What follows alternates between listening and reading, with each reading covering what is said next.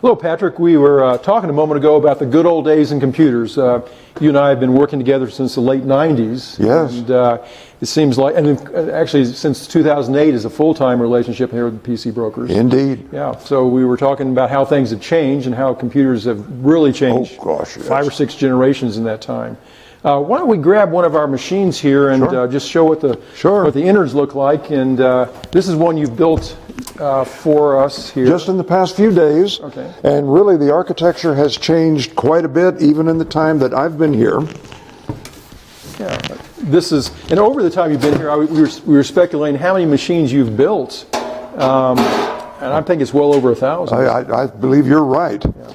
And yet, in all that time, what we've seen is that computers are more powerful and they're more simplified. Right. Here we have just a very few core parts, and everything works synergistically together. Here, of course, we have the processor and the heating dissipation fan. All of this sits on the motherboard, which also houses the memory modules. Right. To the side, we have the hard drive here, and then above it, the DVD CD-ROM.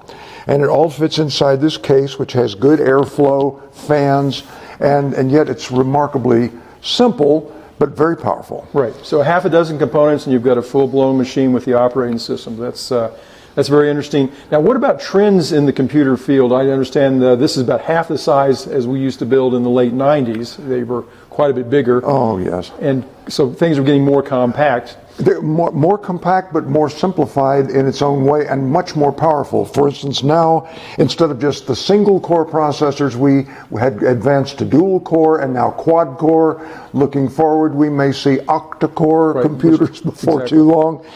Immense amounts of memory, and of course, all of this to enhance performance and speed and capabilities. Right. Now, as we go forward, we are seeing even smaller form factors. You can see how big this is, and in a package like this we can have all of the features and the speed of the larger computers, and then we're moving even smaller and smaller. Yes, yeah.